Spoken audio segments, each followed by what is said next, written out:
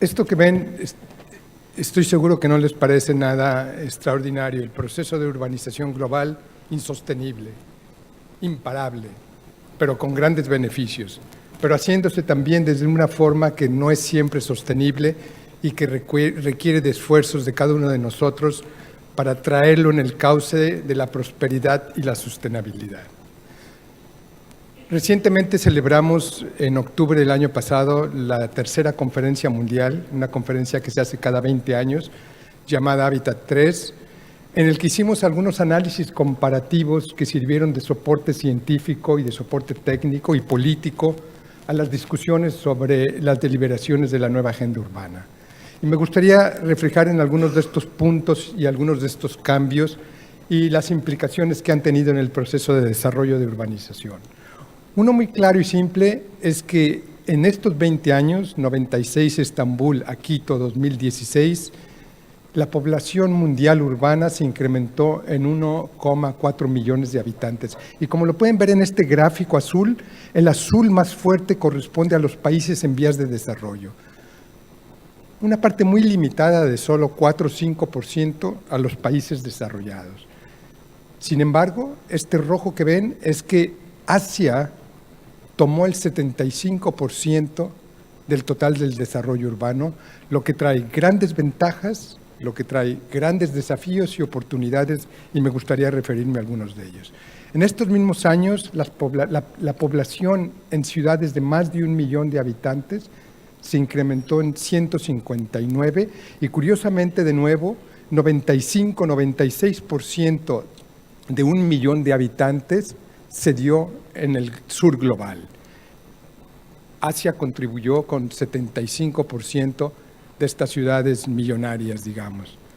La urbanización, y me gustaría que este punto quede claro porque lo tomamos desde otra perspectiva y a veces parece una contradicción inherente. Contradicciones son siempre dialécticamente interesantes, pero las ciudades, la urbanización genera creatividad, tecnología, innovación, democracia de alguna cierta manera, emprendimiento, es la fuente del conocimiento y el desarrollo, es donde se materializa la prosperidad y es este conocimiento lo que llevó a que el sistema de Naciones Unidas, los países miembros, la comunidad internacional adoptaran por primera vez en las deliberaciones de los Objetivos de Desarrollo Sostenible una meta dedicada a ciudades.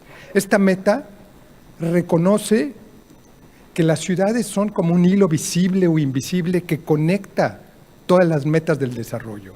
La consecución del desarrollo en una forma universal tendrá mucho que ver con las ciudades y la forma que éstas se manejen.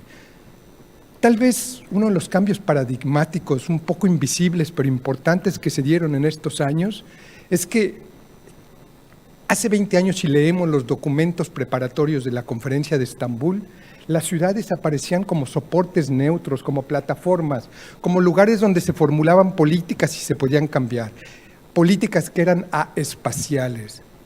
El cambio fundamental que se dio es que se reconoce a la ciudad y a la urbanización como un vector de cambio, un vector que puede influir con costos más bajos en otros objetivos y en otros indicadores. Es en esa lógica que nos interesa.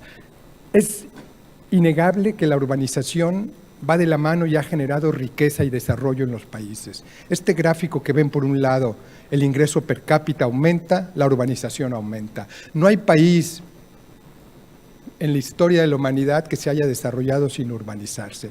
Y esto nos trae a colación, por ejemplo, que hoy día en Asia, con ese 75-80% de control de la urbanización, hoy día tienen 1/3 del ingreso per cápita, del producto per cápita mundial, pero algo interesante, ellos contribuyeron en un 75% a la reducción de la pobreza. Y todavía más interesante, 500 millones de estos habitantes que fueron sacados de la pobreza, 500 millones fueron por actividades urbanas, habitantes en el campo. Las ciudades son también factores para luchar contra la desigualdad y la pobreza en el campo. Y esto nos lleva a evitar estas dicotomías que se crean constantemente entre políticas rurales, políticas urbanas, y entender que la urbanización en su continuo podría ayudarnos. No tendré mucho tiempo a explicar esto y solamente decirles que hicimos un estudio, ONU Habitat, el Observatorio Mundial que coordino, intentando entender en los últimos 20 años las ciudades que más progresaron, qué factores tenían en común. Podían ser ciudades de Latinoamérica, de Europa, o de África, o de Asia, pero había una serie de ingredientes comunes. Y yo quisiera referirme a dos que no están marcados aquí, porque son importantes para esta conferencia. El primero es que no hubo una ciudad que se desarrolló y progresó, si la región en donde está ubicada también no desarrolló y progresó. Hay un vínculo muy estrecho entre la urbanización y la región. Regiones deprimidas generan ciudades deprimidas. Y este vínculo nos lleva a pensar que la geografía moderna, la política, tiene que reactualizar escalas de intervención en donde ustedes, actores locales, tienen que articularse fuertemente con los actores políticos regionales o técnicos regionales. Segundo factor fundamental de éxito del crecimiento de las ciudades. Contrariamente a lo que se mencionó muchas veces en una ideología muy neoliberal de las ciudades compitiendo entre ellas, la realidad es que las ciudades prosperan cuando se articulan con otros niveles de gobierno. La prosperidad tiene que ver con un líder urbano, un alcalde, que sabe negociar y vender una visión de ciudad y que articula con las autoridades provinciales o estatales o con el gobierno central. Es esa lógica de coordinación institucional y no de separación, y esa visión de región que hace que las ciudades sean un éxito. Me gustaría avanzar rápidamente. Evidentemente hay soportes que apoyan esto y que tendrían que ver con designaciones de zonas francas, el papel de la infraestructura. Tal vez decir que un tercer elemento fundamental y muy vinculado al primero de la ciudad de región sería la conectividad entre las ciudades. Las ciudades también que más prosperaron fueron aquellas que consiguieron, y déjenme ponerlo en la perspectiva que corresponde, reconfigurar sus ventajas comparativas, locales, regionales y nacionales, reconfigurar sus estructuras laborales y institucionales y plantear una visión diferente de desarrollo. Para hacer esto y para conectarnos con el Estado, con la nación, es necesario repensar de nuevo y en serio el papel que toma un sistema de ciudades, en donde ciudades de todos los tamaños, medianas, pequeñas, grandes, tienen que contribuir al desarrollo nacional. Ahora, las ciudades son fuente y motor del desarrollo y la urbanización, pero no todo es progreso, y me gustaría muy rápidamente recalcar algunas de las grandes tendencias globales de la urbanización que tienen que ver con ciudades españolas, como ciudades mexicanas de mi país, y Asia y otras.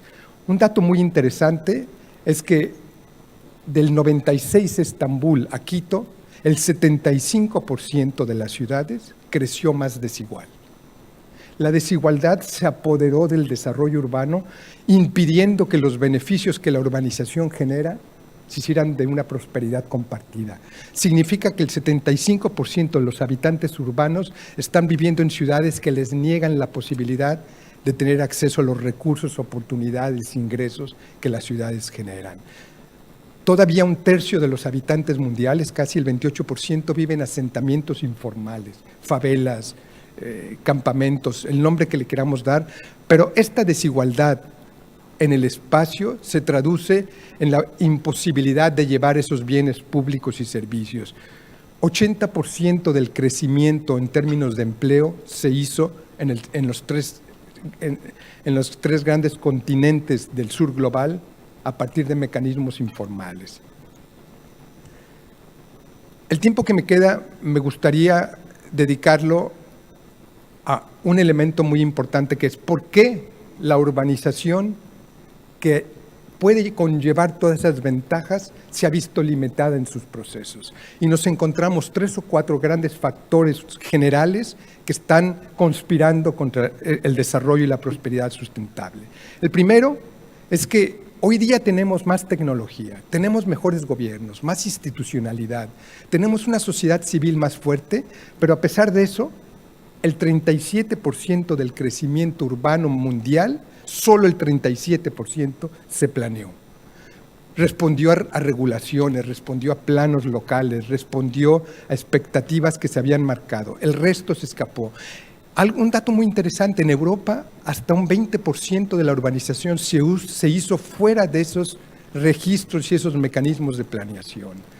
Un segundo fenómeno muy importante es que las ciudades crecieron más que la población, 2, 3 veces, en algunas regiones 5 veces más. Fenómenos especulativos de la mano de un sector privado casi depredador y muchas veces con una visión de muy corto plazo, llevó a que las ciudades se desparramaran en sus territorios, rompiendo esa posibilidad de una urbanización sostenible. ¿Por qué? Número uno, creciendo 3 veces más, es evidente que la infraestructura cuesta más, genera más desigualdades sociales, territoriales, gases de efecto invernadero se multiplican, las posibilidades del control de la ciudad se limitan. Para ilustrar esto, en Madrid, por ejemplo, la población creció 2,4, la ciudad 7. Ahora, el 50% de las ciudades europeas perdieron población y a pesar de eso crecieron 3 veces más. Estos fenómenos evidentemente tienen importancia y repercuten en la reducción de densidades. En las ciudades, cuando las ciudades pierden población en las zonas urbanas, suceden 2 grandes fenómenos que tienen de nuevo que ver con la sustentabilidad y el control y la prosperidad de las ciudades. Número uno, cuando estamos, y me gustaría que lo vieran ustedes, el mundo urbano 40% de densidades, Europa 33% y España 54% en sus zonas urbanas. Cuando bajan las densidades, las economías de aglomeración, economías de escala, la posibilidad de tener ciudades vibrantes económicamente, pierden esa posibilidad de hacerlo. Y número 2, y muy importante, en las zonas de expansión que bajan las densidades residenciales, el transporte público, la provisión de bienes públicos se limitan. Las calles, los espacios públicos se redujeron de un 25 a un 21%. En Europa el espacio público se redujo en un cuarto en estos últimos 25 años. Hay una lucha invisible entre la noción de lo público y lo privado que se está perdiendo en beneficio de actores privados. Las ciudades generan riqueza, generan una serie de economías, pero ¿quién se está beneficiando de ellas si hasta 2/3 del crecimiento de las ciudades fueron hechos por actores no públicos o controlados por actores no públicos? Esto nos lleva a una agenda muy clara. No tendría mucho tiempo de presentar esto, solamente dar 2 o 3 datos que me parecen importantes. Nuestros análisis querían mostrar qué tipo de vivienda se produjo en estos 20, 25 años y en dónde. Y datos interesantes, por ejemplo, la vivienda pública, que a nivel mundial fue de un 14%, en Madrid, aunque este dato fue cuestionado ayer diciendo que había cierto tipo de ayudas que no aparecían como vivienda pública, solo representó un 4%, mientras que en ciudades como Hong Kong fue de un 1/4. Es decir, la vivienda se ha convertido aparejada a la desigualdad que genera en las distancias de periferias, donde se está localizando, en un factor poco accesible. Y me gustaría dar estos datos. El Banco Mundial dice que para que usted acceda a una vivienda que sea económicamente financiera, usted debería destinar 3 veces su salario anualizado. A nivel mundial fueron 5, en Madrid 7, en París 10, en Hong Kong 17. Solo para ilustrar, no hubo a nivel mundial más que un 13% de casos de ciudades, y no completas ciudades, donde la vivienda estuvo al alcance financiero de los habitantes en cualquiera de sus modalidades de producción. La vivienda en renta, Banco Mundial de nuevo dice, hay que destinar el 25% de tu salario para una vivienda en renta. El promedio 30, Madrid 32, París 33, Hong Kong 45. Solo para ilustrar, mecanismos de especulación que hacen que las ciudades se expandan. el espacio público se reduzca, las calles se limiten, y aparte de eso, estas viviendas que en principio la racionalidad de su creación era porque se hacían en zonas que eran económicamente accesibles, es que muchas de ellas permanecieron y permanecen aún vacías. Perdón, no es Madrid, es en España 6 millones de habitantes vacías hasta 2011. En mi país, México, 5. En China, estudios que hicimos, 54 millones de viviendas vacías. Es decir, una prosperidad que no llega al habitante, una planeación que no conforma a las reglas y que no permite que el desarrollo se haga tan sostenible como esperábamos. En España hoy día hay más viviendas vacías que vivienda en renta, y la razón de esto es que hasta el 82% es el país más alto en toda Europa que tiene propietarios de viviendas. Y la pregunta sería, ¿es necesario eso? Los países que tienen más son Grecia, Portugal y España, todos ellos con crisis fuertes de vivienda. Hay otros países en el mundo y europeos que tienen vivienda en renta hasta un 30, 40, 50 de su parque de vivienda. Me parece que es importante en esta lógica de desarrollo sostenible revisar muchos de mecanismos y políticas. Carmela, ¿cuánto tiempo? Vamos. El sistema de Naciones Unidas adopta la nueva agenda urbana, es un cambio realmente importante, una contribución de diferentes sectores, diferentes asociados, un papel muy importante de las autoridades locales, una convergencia con los objetivos de desarrollo sostenible que está dándose, que tiene ciertos problemas metodológicos e institucionales, pero cambios importantes que prefiguran esta nueva agenda urbana, y me gustaría referirme a algunos de ellos. El primero es que hace 20 años la urbanización, los documentos preparatorios de Estambul, satanizaban la urbanización como la causa fundamental del problema medioambiental y también de la pobreza. Y hoy día se entiende precisamente que una urbanización bien planeada es el factor fundamental de eliminación de pobreza, como lo dije, y también de un desarrollo urbano sostenible en el medio ambiente.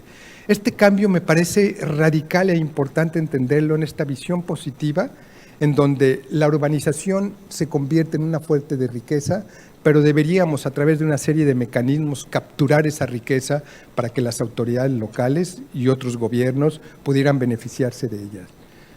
Una convergencia muy importante de agendas internacionales, el Acuerdo de París, los acuerdos de Sendai o el marco de Sendai, que tiene que ver con resiliencia, y las ciudades. Es decir, las ciudades, a pesar de que son generadoras importantes de gases de efecto invernadero hasta un 70, 75, es a partir de ellas donde podemos controlar y luchar contra estos fenómenos de cambio climático. La urbanización y la ciudad, la postura de ONU Habitat es que las ciudades es el recinto a partir del cual conseguiremos en una forma clara que la consecución y la realización de derechos humanos, derechos en la ciudad y el derecho a la ciudad se puedan llevar a cabo. Y la nueva agenda urbana plantea elementos muy importantes de esto. Y me parece que aquí podríamos parar con esta presentación y concluir diciendo que la urbanización es un proceso transformador positivo, sin embargo, por algunas razones ha generado efectos muy perversos y hoy día como proceso es casi insostenible social, económica y medioambientalmente, y la nueva agenda urbana y las agendas de desarrollo internacional nos permitirían tal vez revertir esta situación. Muchas gracias.